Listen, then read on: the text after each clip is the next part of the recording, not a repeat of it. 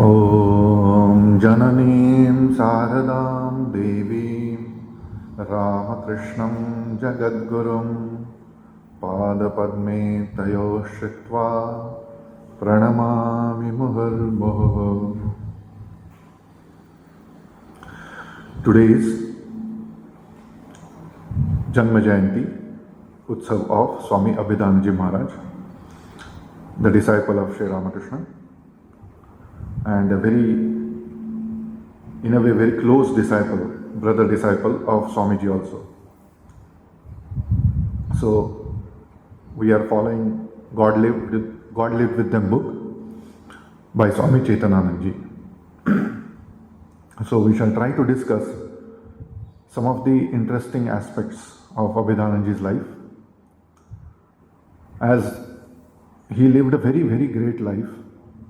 It was a very, in a sense, tumultuous life, in a sense, very life with great ups and downs, great struggles, and also a lot of achievements in a spiritual as well as in a sense worldly, not really worldly, the worldly word will not be suitable, but he did a lot of work in this world before he left this body, and also he lived comparatively long life among his brother disciples. So all this is really a very interesting, very deep, very many things we can learn from Swami Abhedananda's life. So one of the things that Swami Chaitananandji begins with telling about Swami Abhedananda is his incident of catching fish in the pond of Kashipur garden house. So here we see that if somebody, when a person, a seeker of truth, if his idea about the truth is not clear, if his bhava through which, his relation through which he is approaching God, he is approaching truth, is not very refined, it's not very clear, then what happens is that person does a lot of mistakes in his life. We all do. Because we are not clear about the reality. We are not clear about the truth. And that's why what we do a lot of mistakes.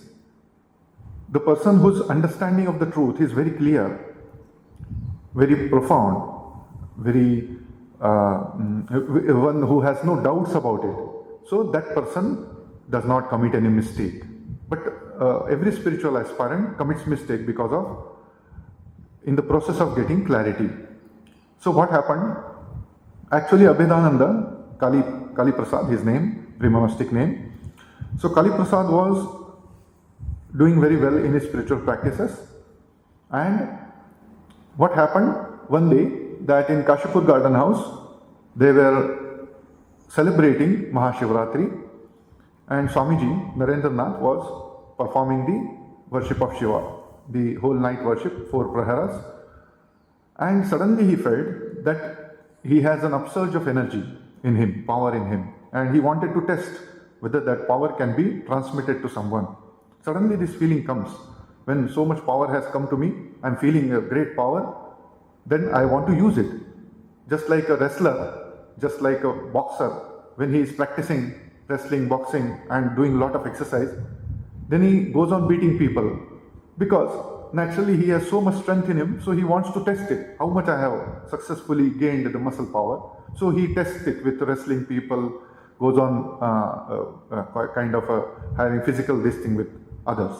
The same way Swamiji might have, Narendranath might have felt that, let me test. And he asked Kali to sit near him, and he asked Kali to touch his knee and sit in meditation. So Kali sat as told by Narendra. And then he felt the great surge of power, energy being transferred into his body. And later on he went into deep meditation. He became like a wooden statue. And Sri Ramakrishna came to know about it. He immediately called Narendra and scolded him, rebuked him in his own mild way, though though for us, scolding always needs to be a very harsh scolding, then only we understand things. But whenever we see Sri Ramakrishna used to scold Narendra, that scolding is like just informing him. And Narendra is so sensitive that Sri Ramakrishna's, that informing him that you have done a mistake becomes a grave thing, a lesson for Narendra, that he obeys it to the letter whole of his life. That is the beauty of the greatest people, that they don't need to be taught lesson by beating or by chastising very harshly and by abusing very harshly. They don't need that. So Sri Ramakrishna just told him, what have you done? You have killed, so to speak, harmed the fetus of 6 months. The fetus, the womb, which was growing in this thing, for 6 months you have harmed him. But fortunately the boy is lucky. Like this much only he said. And he told, before gaining power you are spending it. So why you are so much in hurry of spending? First accumulate the power, the strength, and then spend it. So this much he told. And Narendranath, whole life he's seen following this dictum of Sri Ramakrishna, that I will never force anybody. Na buddhi bhedam janayed ajnanam karma sanginam joshayed sarva karmani vidvan yukta samacham. That Bhagavan says to Arjuna, that you should not try to force your bhava, to try to force your ideas about truth or about reality or about life, whatever, upon anybody else. What you should do, you do the karma according to that ideal and inspire people. By your life you inspire people. Don't force them to do something. Then you are harming them. So the same thing Narendra did to Kali. And since then what happened? Narendra's bhava got distracted. What he was doing, it's a sadhana. He was a yogi. He was a past master in yoga. He was in last birth. Sri Ramakrishna told him when he came to Sri Ramakrishna as a Kali, as a small boy, then he was waiting for Sri Ramakrishna when he came, because he was willing to learn yoga. And since the childhood, he was kind of fascinated to learn Sanskrit, to learn yoga scriptures, to learn various things about pranayama, asanas, everything. He wants to just catch hold of everything that he gets. So Hatha Yoga, everything he wants to learn. And in that process, what happens? He came to know that there is one great saint in Dakshineshwar who probably can teach him yoga and give him all the things that he needs. So he went to Dakshineshwar after a very arduous walk. He's a small boy. Whole morning he started from his house, and afternoon he reaches there, but Sri Ramakrishna has gone to Calcutta, and what to do? Then whole day he goes on waiting there. And interestingly, Shashi Maharaj, Swami Ramakrishna ji, he is there. Also he has come to Dakshineshwar. And then Shashi Maharaj is his solace, because Shashi tells him that don't worry, Sri Ramakrishna has gone to Calcutta, he will come by evening. He doesn't generally stay in Kolkata. So you wait, you don't go back home. So he's worrying that his parents will be very much worried and so on and so forth. Then Shashi consoles him, and Shashi kind of gives him company whole day. And late evening, when Sri Ramakrishna comes, then Shashi only introduces him to Sri Ramakrishna. Shashi and Ramlal Dada, they go to Sri Ramakrishna and tell that this boy is waiting for a whole day. Such and such boy has come from Calcutta, and please see him. So it is late evening, but Sri Ramakrishna says, yes, okay, please send him. Then when he comes to his room, then Sri Ramakrishna is asking him about what is his name, which family, etc. And then and there he says that you are the yogi of past life. Only little something is remaining that will be finished in this life, and you will attain the knowledge of Brahman. You will attain the liberation. This is your last life. So this tells, I will teach you. So you stay here for tonight, and next morning we will start the things. Then he stays there. So it is said that it is heard, it is not printed anywhere in the book, but I had heard it from somebody that when Kali was born, he was born in the pose of Padmasana. So he came out of mother's womb in the pose of Padmasana. This somebody had told me, though I did not find it in any book. So like these things are about the yogis, you see. They are yogis everywhere. They are in the mother's womb also, they are yogis. They are meditating there also, Padmasana. So this is the greatness of this Kali. So what happened after the Narendra touched him, asked him to touch him and transferred his power, his Advaita Bhava, then Kali's Bhava. Kali was a yogi. He was practicing yoga, Hatha Yoga, and he was practicing self-control. He was a pure vegetarian, and his life from the beginning of his birth, always a strict life, focused life. He has never wavered from his goal, right from his birth. So this kind of person suddenly goes into Advaita Bhava. And then what happens? One day he's catching fish in the pond, so then people get struck. This fellow, he doesn't ever eat fish. He's a strict vegetarian, and why he's catching fish? 2 rods at a time he has put in the pond, and he's with the 2 fishing rods. He is catching so much fish. Why he suddenly got interested in like this? Somebody reported to Guru Maharaj. Then he said, "Acha, call him." Then he's trying to explain to him, Kali, why are you killing the fish? It is wrong to kill the beings, living beings, for your own entertainment or your own pleasure. So he says, no, see how the sudden change in the bhava is creating mistakes in his life. So he's telling, what is there wrong? Everything is Atman alone. Advaita's bhava, Swamiji's Advaita bhava has entered into him now. So he is telling, what is wrong? Atman is killing the Atman. Nayam hantina hanyate, Bhagavan says in Bhagavad Gita. To Arjuna he is saying, why are you thinking that you are killing the Duryodhana and Kauravas? Nobody is killing nobody. Atman doesn't kill anybody. Like this Bhagavad Gita, this thing is there. So Kali is quoting Sri Ramakrishna. What is this? I am Atman, that fish is also Atman, everything is Atman. Then Sri Ramakrishna has to explain, no, it is not like that. See, it is wrong to do unnecessary killing and hinsa to anybody, and it is not the right understanding of the Advaita philosophy. It has to be properly understood. Everything he is very, very lovingly, that Guru is making him understand that what is his mistake is. And he is going on arguing, because what? Now that Narendra's power has entered into him. So when now nobody he will listen very easily. You see, previously probably he would have obeyed because he was going very methodically in his yoga sadhana. But now that a disturbance has come. So one of our literature, it finds that Sri Ramakrishna had to take extra effort after this sudden change by Narendra, by that power transfer. Sri Ramakrishna had to work extra for again bringing Kali's life on track, spiritual life on track. His ideas became little disturbed.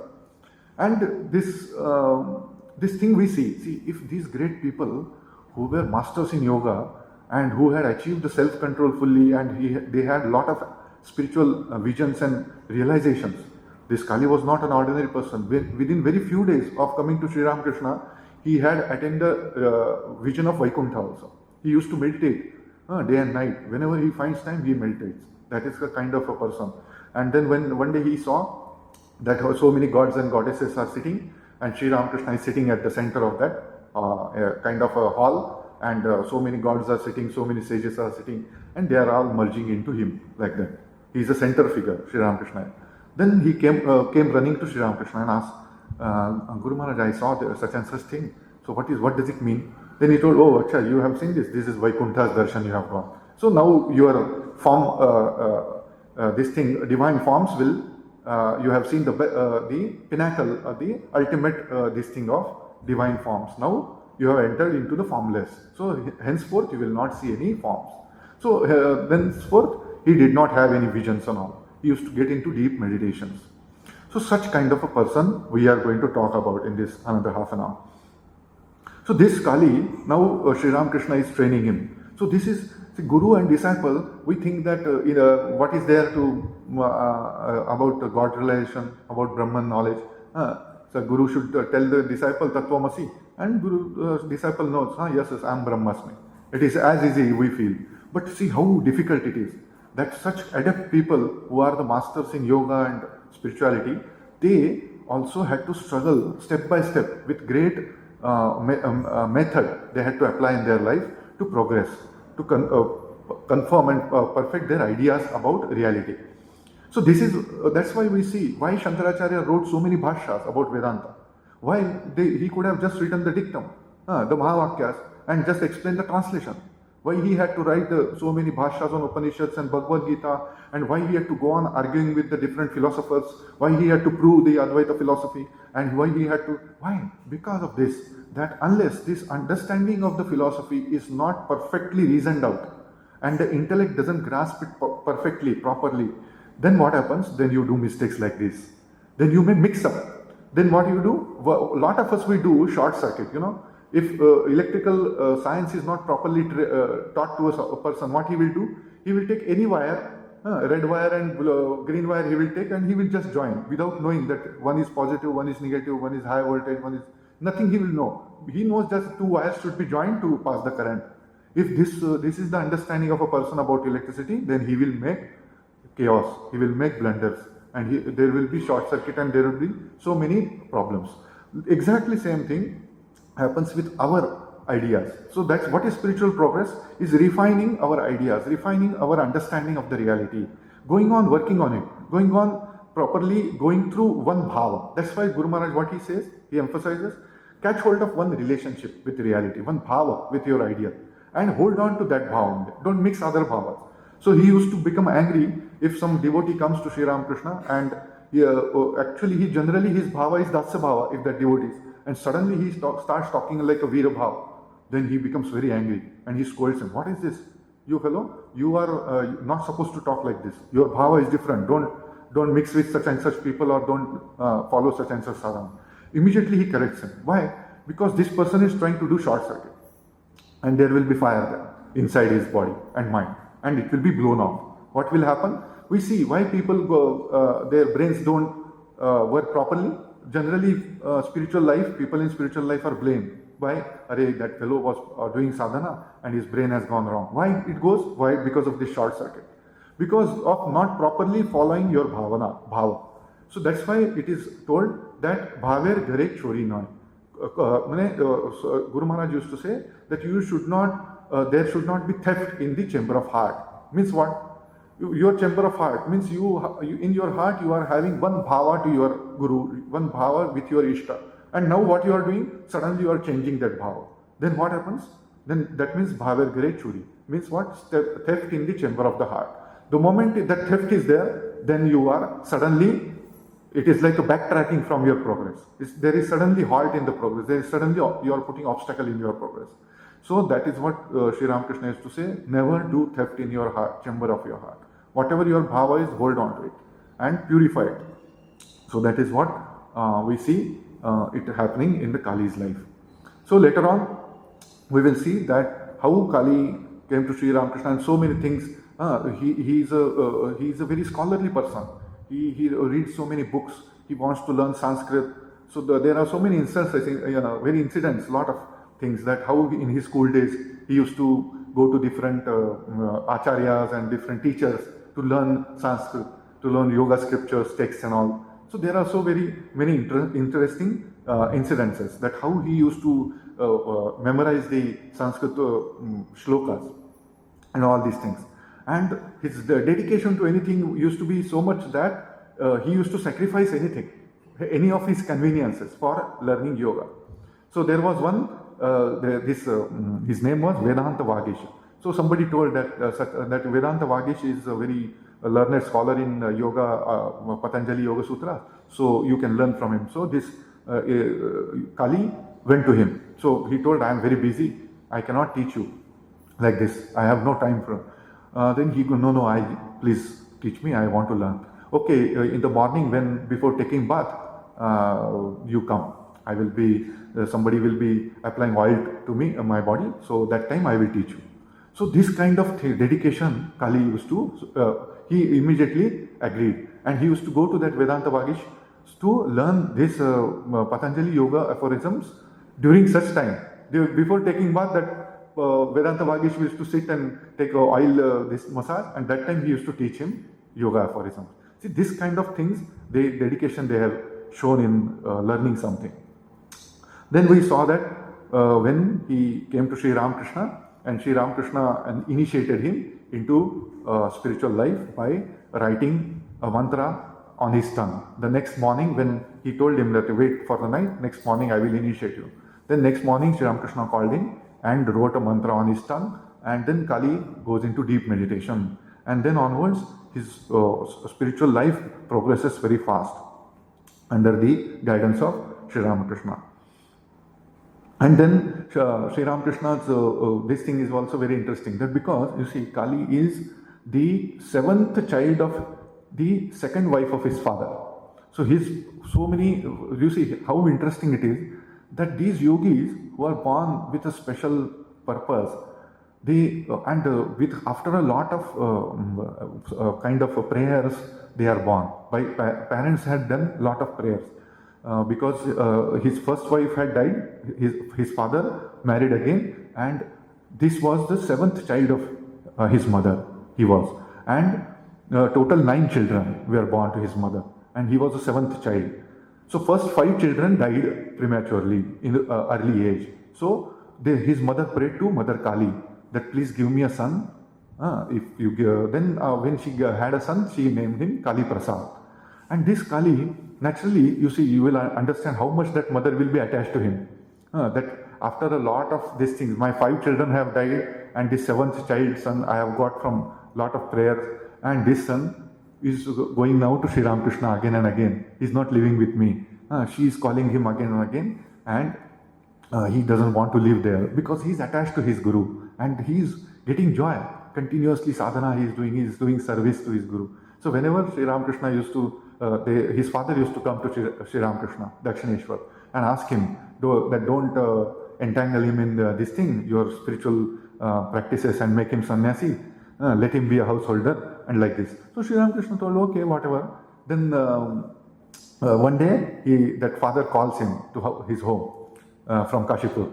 Then Sri Ramakrishna says, it's better you go because they are very much upset that you have not gone there for many days. Then with great heavy-heartedness, he goes there to his house. And this Kali doesn't stay there even for a few minutes, His mother is crying bitterly that my son has come after a long time, and please stay for tonight and again go morning. But within some half an hour or something, he felt so much of a pang of separation from his guru that he simply ran away from his home again. So such is his great attachment to his guru. And when he came back to Sri Ramakrishna and told that what happened, he told, why you came back quickly? You were supposed to stay for the night. Then he's telling, no, I could not bear that separation. I simply ran away from there. Then Sri Ramakrishna is smiling, and he tells that I was thinking as if my home is like a deep well, dark well, like that it was feeling. So I simply ran away. So this was then his guru is very pleased. Yes, that means your renunciation is good. So this kind of this guru-shishya relationship we see, and how his guru is helping him. Though you see, there are other shishyas who are the Ishvara Kotis, who are the Nitya Muktas. There are so many variety of disciples. Their natures are totally different. See, Latu is totally different. Kali is totally different. The work Kali did in future is totally different. You see, it is said that Sri Ramakrishna had told him in the beginning itself that you have in the future you may start your own institution. So kind of, you are such a person, you have so many abilities that you have that leadership. So many times Kali apparently used to feel his equalness to Narendra. He used to feel that I am also equal to Narendra. I am not less. So this kind of, there is a positive, healthy competition going on between Narendra and Kali. And they are very having loving relationship also. He is very obedient to Narendra. He is 3 years junior to him. But at the same time, he feels, no, I am also. So he used to argue with Narendra upon Vedantic concepts. And Narendra used to defeat him all the time, his arguments. So Kali is very much upset. I am not able to defeat Narendra even once. What is this? He is disappointed. Then one day what happened? That one day they are arguing both, and evening came, and going on for hours these arguments. Then Kali is winning the argument, and Narendra did a trick. Narendra is very clever, so he did, Acha Kali, today we have argued for hours together, so we are tired. So shall we start again tomorrow morning? So we'll be fresh again. So Kali did not understand this trick of Narendra. He thought he is a simple fellow. Well, he told, yes, we'll, because he's already winning the argument, he thought morning I'll be more fresh and I will smash Narendra like that. But what happened, it is reverse happened. And Narendra, next morning, he was fresh again and he defeated Kali. So Latu Maharaj says that I was the witness of this disappointment of Kali. He told, today also I could not defeat Narendra. This is a great, this thing. One chance was there and that also I have lost, as if. So this kind of we see how there was, they are continuously brainstorming about reality, about scriptures, about spiritual life. They are whole day serving the master, doing continuous meditation. They have written there so much. All of those disciples are spirited that they have written on the wall of that Kashipur garden house in their room there where they was. What they have written? That Buddha's quotation. That ihasane shushyatu me shariram tvagasti mansam pralayam chayato aprapya bodhim bahukalpa durlabam naivasanat kaya matas chadishyate. That is what the shloka they have put there. What is that shloka? It is from that Buddha's life, that until and unless I attain nirvana, the realization, I will not move from this seat. Even if my body withers away, my everything, bones and marrows, everything completely gets destroyed. Flesh gets destroyed, I will not move from this seat. This kind of shlokas they used to keep there in bold letters they used to write on the wall, so that they will feel like meditating all the time. And they will also, when meditate, they used to first read that shloka, that unless I realize God, I will not move from this seat. With that determination, these people, they used to meditate. So like this, we see this kind of a spirit in them. And that's what, with that spirit only, once Kali went with Narendra and Tarakda, Swami Shivananji Mahapurush Maharaj, to Bodh Gaya. So because suddenly Narendra got this great feeling for Buddha, and he told, let's go. And Kali also went, and Tarakda also went. They were also very much enthused with this bhava, Buddha bhava. So then they all escaped without telling Sri Ramakrishna, without properly taking his permission. They have escaped. Now they have escaped, and under the Bodhi tree, they are meditating. And then suddenly Narendra goes into Samadhi and he embraces Mahapurush Maharaj, Tarakda. And he started crying. So these kinds of incidents, they happen with this Kali. And of course, Kali Maharaj has different narration of the story. All these things, so naturally, everybody's experience, everybody's, perception of one incident is always different. It's the same incident will be seen by one person in one way and another person in another way. So we find a very interesting kind of Patha Bhedas in the narration of Swami Abhedananda about some particular incidents and about this. Another interesting thing that happened with Kali and Narendra is that when Narendra got a vision, somewhere it most probably happened in Kashipur only during those days, that Narendra had a vision of Vedic rishis. They are climbing down the hill, the band of rishis, and they are chanting the Vedic mantras. And they were chanting the Vedic mantras in a way that was never heard of. That was not popular in those days. Never it was heard. So Narendra saw, in that vision he saw that they are chanting the Vedas in a very, very different way. And then he had taught this to Kali. So Kali was a witness, or Kali was the person who was the witness of how the Vedas were chanted during the Vedic times. How the Vedic rishis used to chant the Vedas. That method of chanting is first hand, Narendra Nath got from the vision, and this is second hand knowledge. Kali was the first person to get this knowledge from Narendra. Narendra told him, I had a vision and I heard it in this way they were chanting. So this is one thing. Another interesting thing is when Kali again one day he escaped to meet one Hatha Yogi. He went to one place, one mountain. So he had, without telling master, he had gone there. And when he went there, he first met one Dashanami sannyasi. And when he met that Dashanami sannyasi, he copied the sannyasa mantras, the Presha mantra and sannyasa mantras from that Dashanami sannyasi. He copied. You see, this is a very instrumental. In future, these mantras that Kali copied from that Dashanami sannyasi were useful when, after in Baranagar Mutt, when they, all of them, they took sannyasa in Antpur. Afterwards, they ceremonially took it, but in Antpur they made a kind of resolution that we will take to sannyasa life. And these mantras, when Kali told that, yes, I have all the Presha mantra and sannyasa mantras, then they were very much pleased that our brother has arranged for our sannyasa diksha also. So this was the contribution of Kali Maharaj, the Swami Abhedananda. So such is we see the spiritual life evolving and kind of blossoming under the guidance of Sri Ramakrishna. Then we see that Kali does a lot of service also to the master. He used to be always, when they had allotted their duties in Kashipur and Shampukur, Kali also used to do personal seva of Sri Ramakrishna. He used to bathe Sri Ramakrishna. When Sri Ramakrishna was suffering from cancer, Kali's duty used to be to give bath to Sri Ramakrishna. And this personal service he did. And of course, many other things he must have done, but this is noted down. And one more incident is there, when Kali is talking about that one day Kali had gone with the master to Calcutta, and he was very hungry.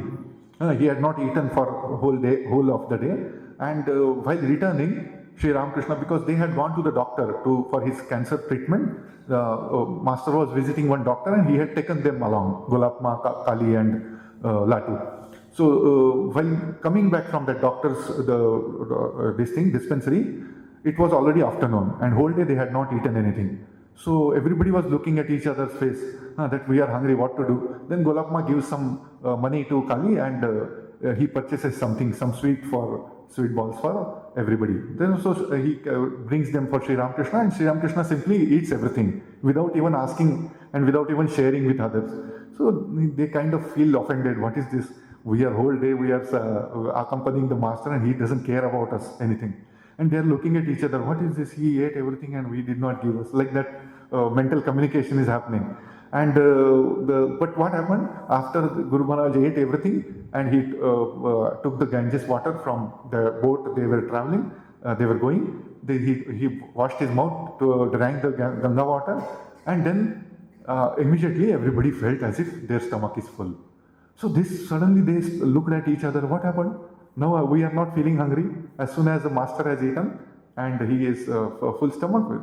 Then they told, it is said that when tasmin tushte jagat tushtam prinite prinitam jagat. So this is the very famous thing about God, that if God is pleased, world is pleased. So like that way Guru Maharaj proved that he is the soul of all the beings, living beings. He is the soul of all souls. So if he is pleased, all the souls will be pleased. That is what it is. That realization Kali gets.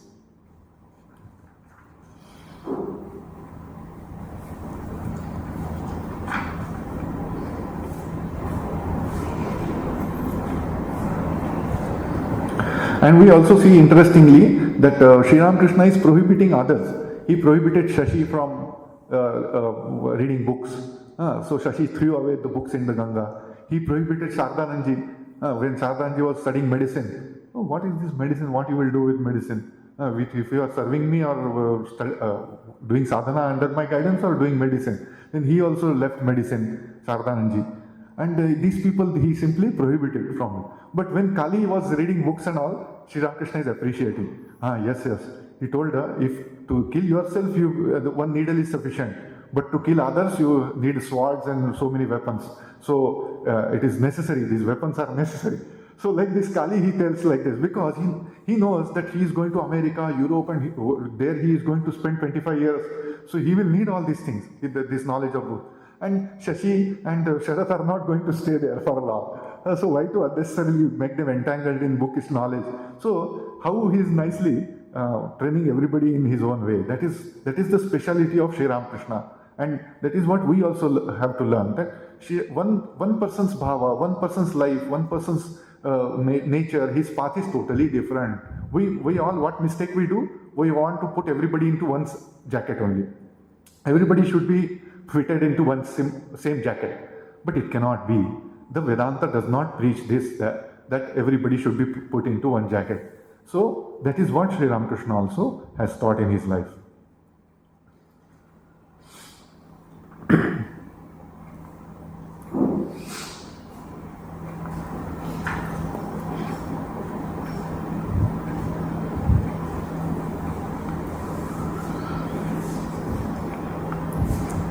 There are so many such very interesting incidents during his time while serving Sri Ramakrishna. Though this book gives only a short this thing, but Abhedananda has written his own autobiography. He has his own so many lectures, so many reminiscences. So more than Swami Vivekananda, probably Abhedananda's literature is very elaborate and extensive. And he is a person who is very much interested in this exorcism. He is interested in these ghosts. Abhedananda was very different type of a person, a yogi. He was very interested. So in America, he had done a lot of experiments also about this ghost and exorcism and all these things. He has written in his own literature complete works also. And he has written one book, Life After Death. So in that also he has written so many things about the soul's journey after death. So Kali is such a mystical nature. His nature was a very mystical type. He had so many such kinds of realizations.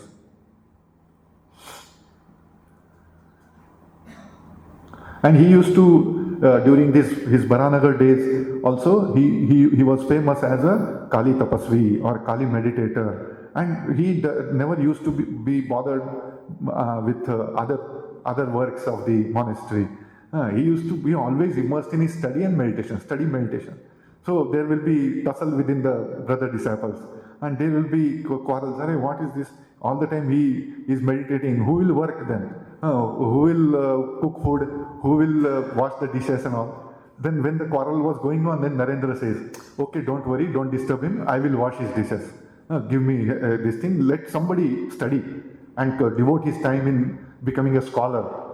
Within our team, we need one scholar. Otherwise, everybody keeps washing dishes. This means what? Nobody will be able to represent our thought, our Vedanta properly. So let him study, I will wash his dishes. That is what the Narendra's leadership is there. Then that's what we see now. The one Sirdar, the one who is the Sirdar, he is the only Sardar that they used to say. Sirdar means one who can give his head, can only become the leader. So Narendra has proved in his life also that always he used to sacrifice himself, his conveniences and for the whole team, for the whole group. So like this very nice these things we see interactions between the brother disciples. Then Kali is a great devotion to Holy Mother because he had travelled with Holy Mother to, after passing away of Sri Ramakrishna, he travelled with Holy Mother to Vrindavan. He did tapasya there, and Holy Mother also stayed there in Kalababu Kunj. And there Kali also stayed for a long time, and before Baranagar was set up, the few months he stayed there. So he lived with Holy Mother, he served Holy Mother, so he has a great devotion to her. So the Prakritim Parimam Stotra also he has written. So many stotras he wrote. He was an adept in Sanskrit. He was a scholar. So, and you can understand what we chant every day in our arati, Prakritim Parimam, how much in-depth meaning is there in that, and what a devotion is there for Holy Mother. That it is matchless, unmatched in any other stotra or shloka. This we can see with Prakritim Parimam. And such a melodiously it can be sung also. So a simple but still melodious and very profound stotra on Holy Mother was written by Abhedananda. So and he got a blessing also when he went to Nilambar Babu, this thing near Belur Math, and Mother was staying there, and when he recited this Prakritim Paramam to Holy Mother blessed him, that may Goddess Saraswati reside on your tongue always.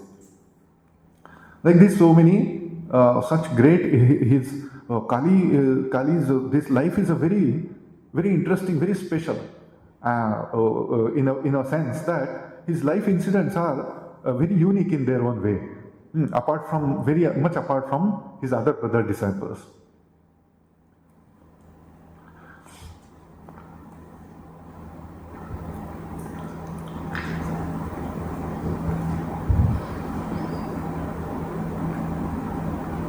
Already our time is getting up, and I have not covered even our Baranagar this thing.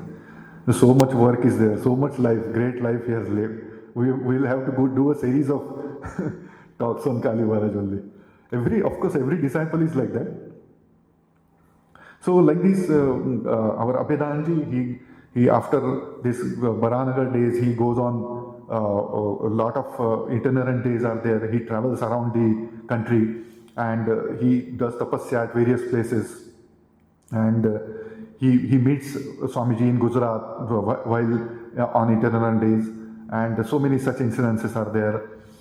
Then after that, Swamiji calls him to England. First, he is called in England because Swamiji wanted somebody to continue his work in the West. So when he was about to come back, he had planned to come back to India. Then he asked for his brothers to come to England. Shashi Maharaj was also actually demanded, but Shashi Maharaj had a difficulty. So Shashi Maharaj it was cancelled, his going. Otherwise, Shashi Maharaj would have gone to England and probably stayed there for a few years or so. But he had some health problems, so he told that no, that climate won't suit me. And that's why Shashi Maharaj is going cancelled and Kali Maharaj goes finally. And when he goes to England, it is seen, see, such a great yogi, such a great pandit and all, but he has never lectured, you see. So everybody, we understand that when we are coming to on the stage, always everybody feels kind of a fear, whether I will be able to tell people what I want to say, whether I will be properly able to convey my thoughts. So Kali Maharaj was also very much afraid in London when he reached there. And Swamiji told, you will have to start. Suddenly he announced, on the stage he announced that now our Abhedananda will explain to you about Vedanta. Then he told, what is this? Suddenly this. So then afterwards Swamiji told him that you should always think that you are a servant of Sri Ramakrishna and you are just conveying his message. And this way he inspired him actually. Everything Kali Maharaj was knowing, but Swamiji's words kind of gave him encouragement. And then onward, once the engine started, then it never stopped practically. So then Abhedananda was a great preacher of Vedanta in America and England and almost many parts of Europe he traveled along his 25 years journey in the West. He was one of the pillars of Vedantic movement that Swamiji started, and Swamiji told, henceforth I will talk through this mouth, Swamiji had told in London. That when he heard Abhedananda's speech, he was very pleased. And then he told, now henceforth I will speak through his mouth. So this kind of proven to be true, that Kali Maharaj became very popular and his exposition of Vedanta and different spiritual texts and yoga were very much liked by people in the West. So very monumental, very pioneering work Kali Maharaj has done, Abhedananda has done. And now we see that so many places he established study groups, he preached Vedanta and made devotees, made disciples, that now probably nobody will be able to directly link those movements that are surviving now. They may not be directly knowing that they are because of Abhedananda, but they may be there because of Abhedananda. Like this, so much work he has done in Europe and America. So like this, his great contribution. And after suffering a lot of inconveniences, see, he is a strict vegetarian and there is a cold climate, severe cold, and he has to survive there in that cold. So when he was suffering because of that, from a lot of health problems, then he was advised by Holy Mother that no, Kali, better you would start taking fish. So probably he had obeyed Holy Mother's advice. We don't know, but we can imagine that he must have obeyed her, at least to some extent, for his health's sake. And he used to, because during his 20-25 years of time, he influenced so many scholars, so many scientists, so many philosophers, thinkers, very great noble people of the West, that intelligentsia that we call, he had influenced. And he used to interact with them and he made them admirers of Vedanta. So such was the great contribution of Swami Abhedananda.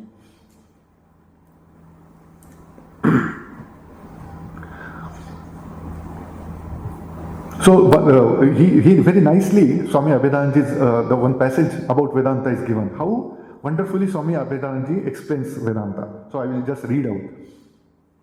The idea of Vedanta is to solve the problem of life, to point out the aim of human existence, to make our ways of living better and more harmonious with the universal will that is working in nature, to make us realize that the will which is now working through our bodies is, in reality, a part and parcel of that universal will.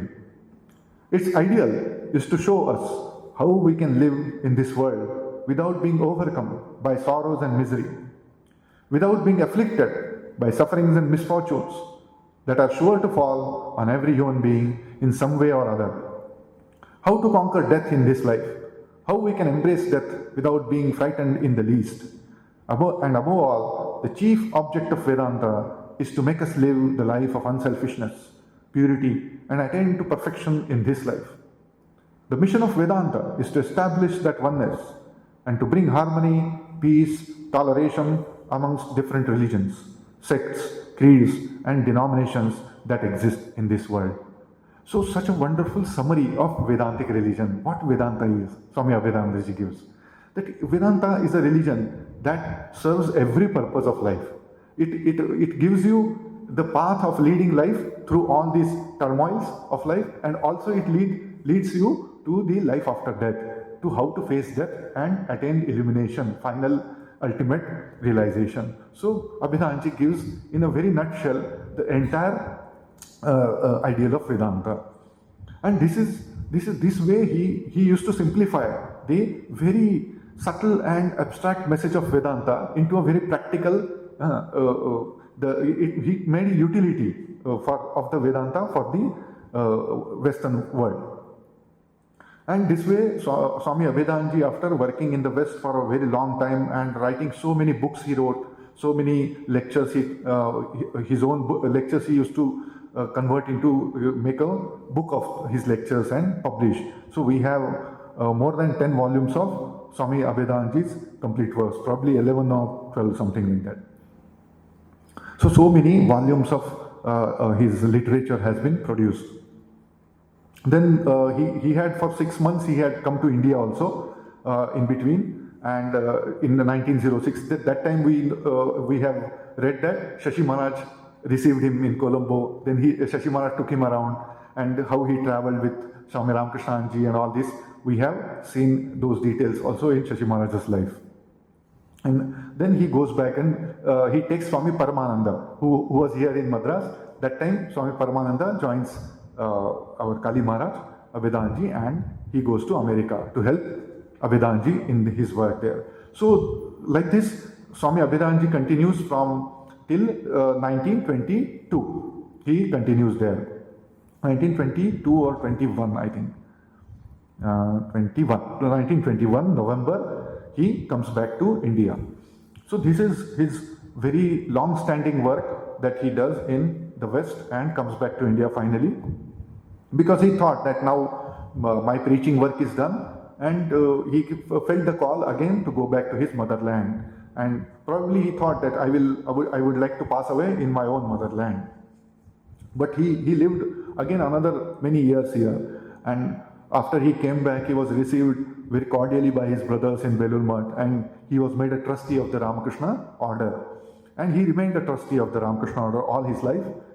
But he established another ashrama, Ramakrishna-Vedanta Math, in Calcutta as well as in Darjeeling.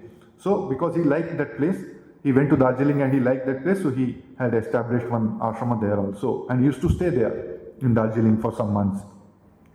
So like this was Swami Abhedananda's day. When I had gone to Darjeeling, say 2-3 years back, I went to his ashram, which is still run by Swamis there.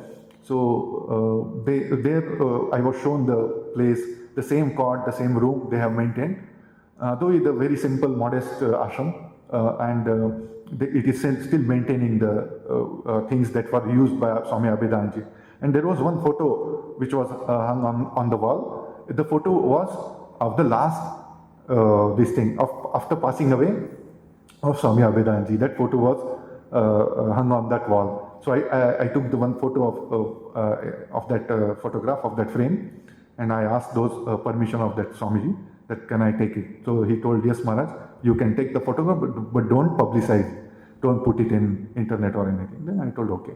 So that last his photo is there after passing away, that is kept in that Darjeeling ashram. So such is the great life of Swami Abhedananda. He came back, he did a lot of work here. Again, after coming back also, he has he has written many things, and he started a Bengali journal, Vishwavani. So Vishwavani, that was started by him, and he also he had given one this thing, centenary celebration, when Sri Ramakrishna centenary celebration was celebrated in 1937. That time he had given one speech in All India Radio, and that speech is still now available, that audio recording. It may be there in internet. It is there with us, probably internet also it is there. So Abhedananda is the only person whose real original voice audio recording is available with us. So we can have a kind of a direct feeling of direct touch with a direct disciple of Sri Ramakrishna. So this way, now time is also there up. We would like to conclude that Swami Abhedananda, he left his body on 8th September 1939. Finally, he after almost 1.5 years of physical sufferings, in the end, he passed away in Calcutta, his ashram, Ramakrishna Math, and then he left his body in 8th September 1939. So such was he was the last surviving direct disciple of Sri Ramakrishna. So we can understand how great that life. He saw everyone. He was a witness of so many happenings of all the direct disciples' great works, their great lives. So many things Kali Maharaj has witnessed, and then he passed away. So this we will pay homage to Swami Abhedananda through our by praying to him to bless us all with the same fervor, spiritual fervor that he led his life. So that the great devotion to his Guru and such a great renunciation that he had. May we all also be blessed with that renunciation and devotion to God and devotion to Guru and having the spiritual fervor. And may we all be blessed by him. Let us pray to him. Om Shanti Shanti Shanti Harihi Om Tat Sat Sri Ramakrishna Arpanamastu.